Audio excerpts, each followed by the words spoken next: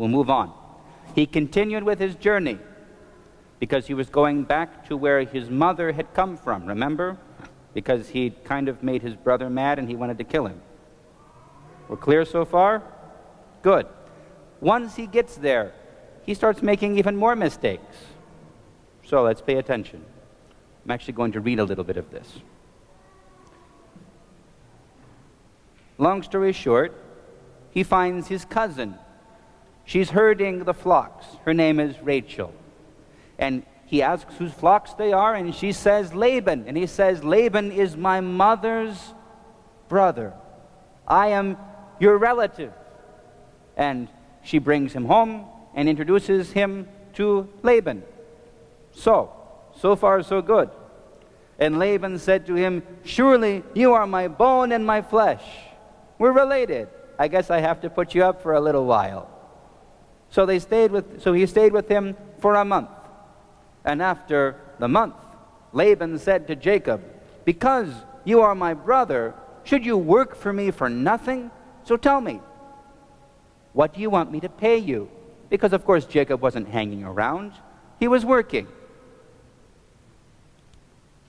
And Laban had 2 daughters. The name of the older was Leah, and the name of the younger was Rachel.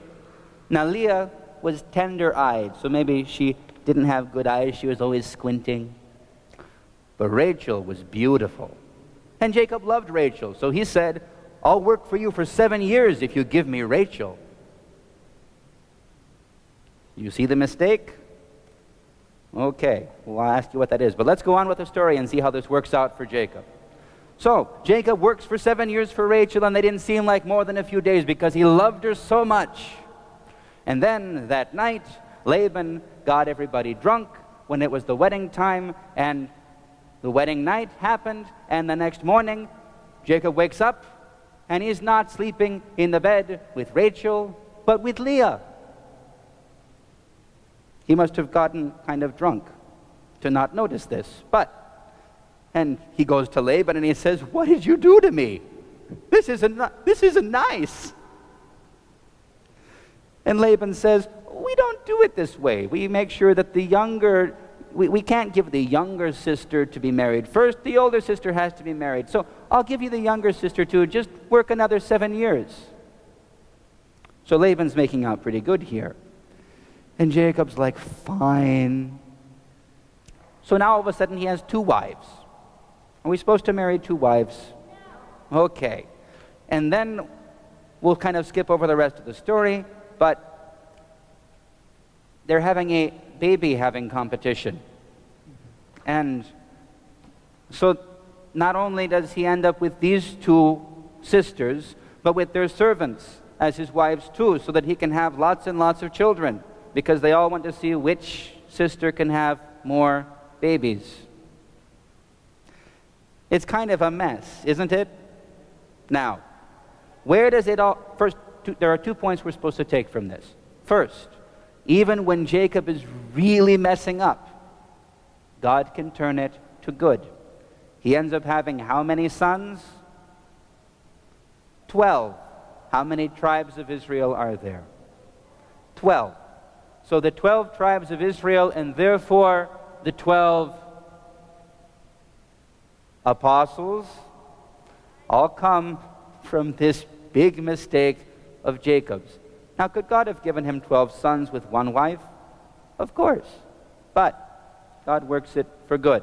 That's the first point.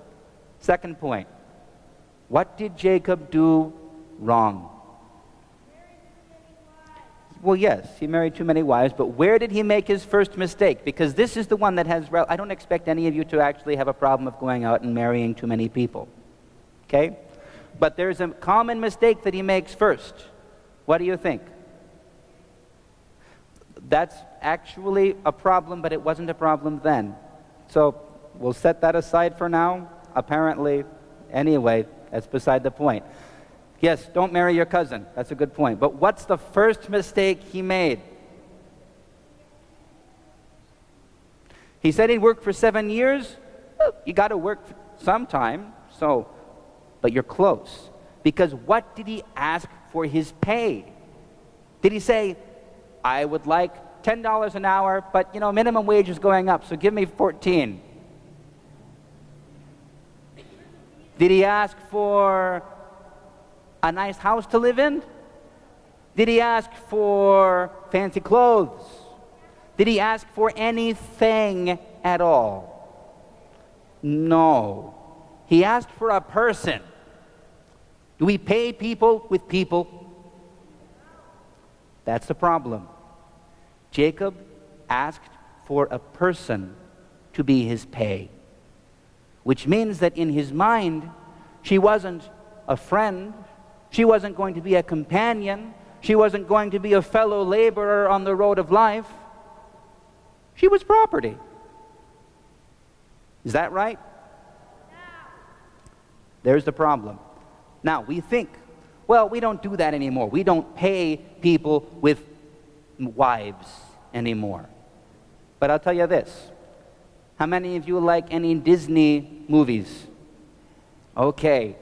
How many of you like fairy tales? How many of you like little simple stories?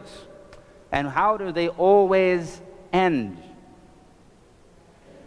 And they lived happily ever after, but not all of them. What happens before they lived happily ever after? Usually there's a wedding. The idea that we have in our minds is, if I can just find the right boy, if I can find the right girl, that's my prize. I win at life. Am I wrong? The stories tend to be written that way. They're kind of changing them now because we're seeing the problem. It's not that getting married is a bad thing. Generally, it's good. None of you would be here if it weren't for people getting married. But here's the point. If you think that some other human being is going to make you happy, if you think some other human being is going to be the prize that makes your life worth living, then you're treating them like a thing, not a human being created in the image and likeness of Jesus Christ. That's the problem. That's the mistake that Jacob made. He thought that if he could just marry the right person, he'd be happy.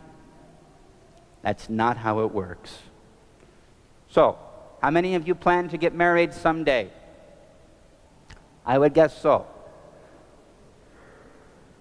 Remember this. Don't get married and think the other person's going to make you happy, because that's falling into the trap. You're treating them like a thing, like wages, like a prize. A person can't be a prize. I'm sorry. Jacob figured this out over a long, hard, frustrating life.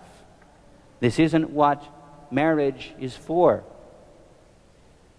It's for working together on the path of life, for a friend, a companion, an equal, not wages, not money. And the same goes for the boys looking for girls as it goes for the girls looking for boys. You're looking for a friend, a fellow Christian, someone to walk with on the path of salvation, not a prize. Okay?